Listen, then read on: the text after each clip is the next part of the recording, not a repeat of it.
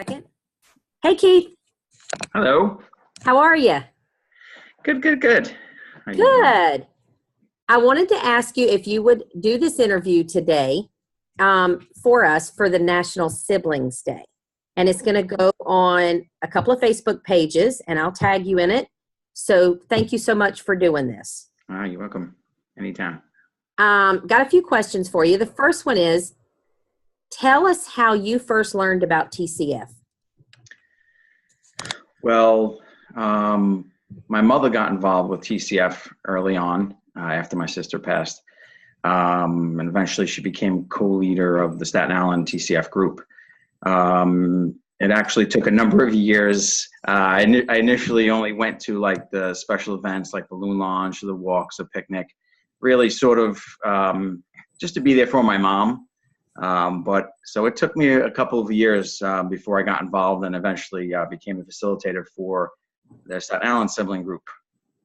So that's Awesome. so I would say definitely through my mom, years of pushing me to say, hey, why don't you check out this group? And so it was a slow process, but I have been involved, and like I said, it's about 15 years now facilitating the our Staten Island group. Yeah. Awesome. Well, I know many people can say it, and I'll say it too. Thank you. Glad you got involved. So here's another question. Tell us about your sibling that died. And after speaking with you a little bit earlier today, I know today's a special day for you. Yeah, today is actually my sister's birthday. She would be 39. My sister Lori she was a fearless, free spirit, not afraid to live life to the fullest. She was sort of like the rock and foundation for a lot of her friends. So she was sort of this little roughy toughy, but with a big heart. She was in the military. She passed from a car accident, but she was active duty in the Navy. Yeah, so I don't know. I mean, she was a little feisty. Yeah. Well, I have asked others this, so I'm going to ask you this. Yes. Give us one of your funniest stories about Lori. Oh, there's a lot. Probably, I would say before she left to go to the military, I don't think she really thought she was gonna, I don't know what she thought, but so my parents were divorced and definitely weren't best of friends. So our families had been separated for a lot of years, but we had a surprise going away party for her.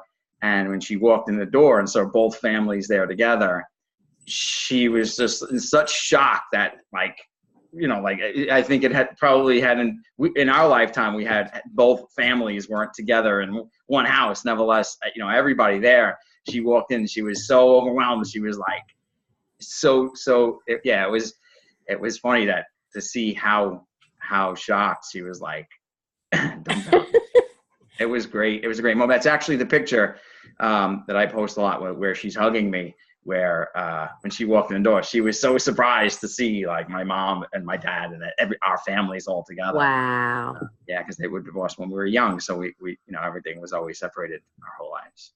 Well, that's awesome. Yeah, it was a good time. That's awesome.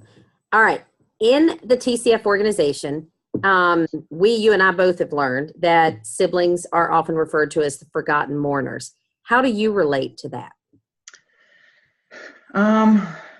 To me, I mean, it's sort of how everyone outside world views the loss. I think everyone's first immediate reaction is, oh my God, how's your mother? How's your father?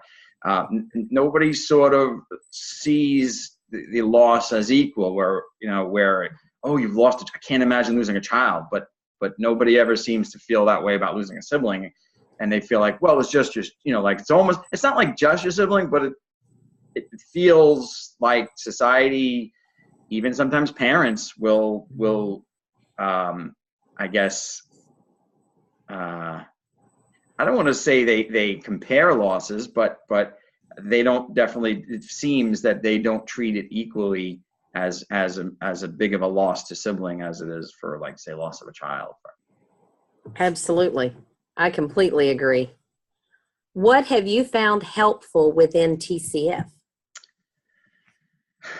Well, first and foremost, I mean, I watched TCF really save my mom. I mean, she went from being this broken, lost zombie to, really being empowered, being able to help herself and help others. So for me, seeing that firsthand was a big eye opener and wow to me. So, but I think TCF does a great job bringing people together. I think does a good job, being a platform for people with similar experience to come together, knowingly or unknowingly help each other through this grief and grief journey. I think that's the biggest key is the TCF is the vehicle to bringing everybody together and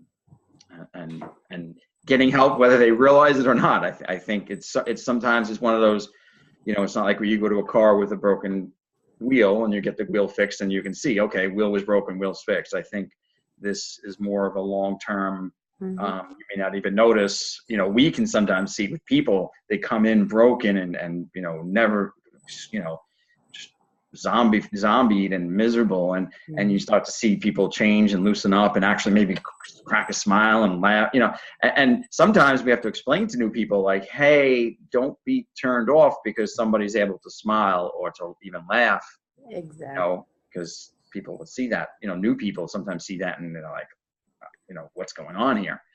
But I think that's ultimately the goal, is to get people not to move on, not to forget, but to be able to function in life again. And I completely agree, and I'm so glad you brought that up.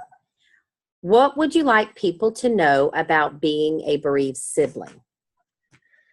I think one of the, again, we touched on a little bit before, it's that I think we should never compare losses, but I do think it should be accepted as an equal loss. I think that many people believe losing a child is worse than losing a sibling, and I think that I equate it to losing either your leg or losing your arm. You can sit and say, oh, well, which one's better, which one's worse.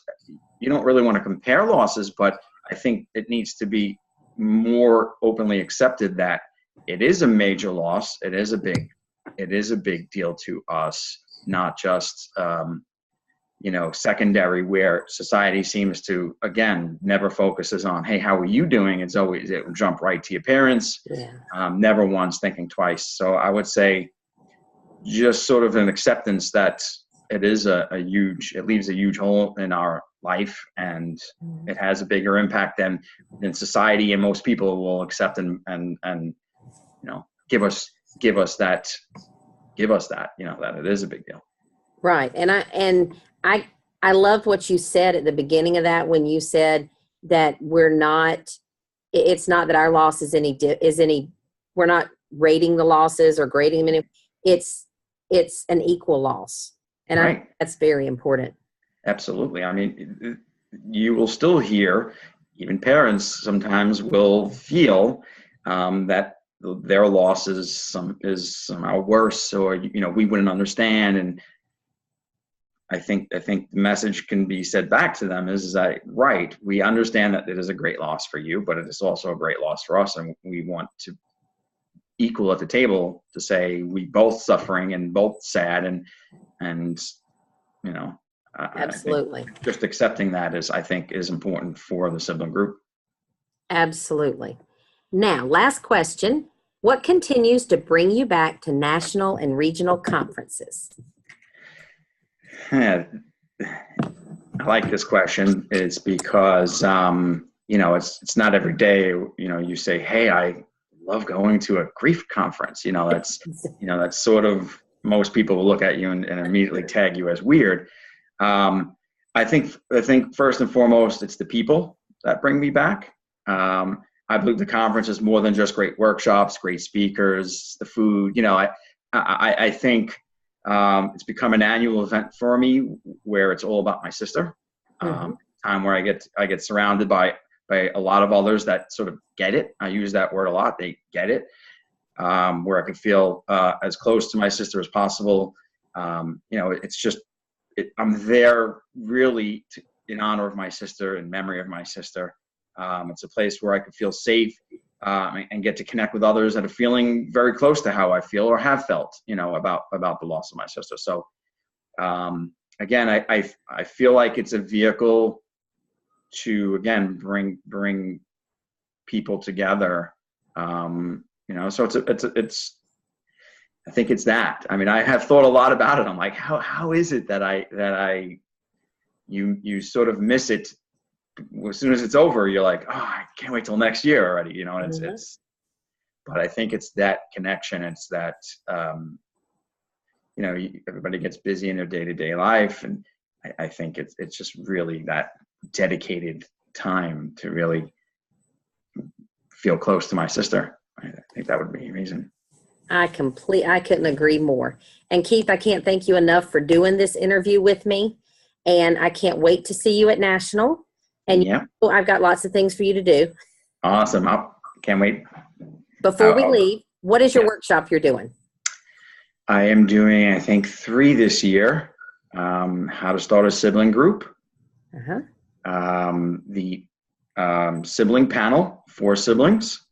So it's a panel of siblings where siblings will get to ask other more seasoned siblings sort of questions, usually ranging from how to deal with mom and dad, or how to deal with, I'm trying to go away to school and mom won't let me, or wedding, getting married, and, so a range of questions. And then also doing a sibling panel for parents, where parents get to ask siblings questions with the goal of bridging the gap between parents and their surviving child or children, sort of giving them a possible peek into what they're going through, what are they thinking. It's an opportunity for us to get some overbearing, needy, clingy parents. We sort of get back at them. It's a running joke of, if you're having problems with your parents being over, clingy, bring them to that workshop, because we beat it and we yell at them back and tell them to cut them some slack. But I think it's also important for them to sort of see both sides. I think the biggest thing that I've learned from that workshop is being in the middle. You start to understand both sides, and you can see. I think communication is the biggest. So I think that workshop is successful because there's that big void in communication. Absolutely. I couldn't agree more. And like I said before, I'm going to put you to work. I'm going to put everybody to work. I'm ready. All right. All right. Thanks, Keith. Stay on just for a minute afterwards, and we'll talk some more about the conference. And take care. And I love you, bud. Thank you. Love you too. We'll see you soon.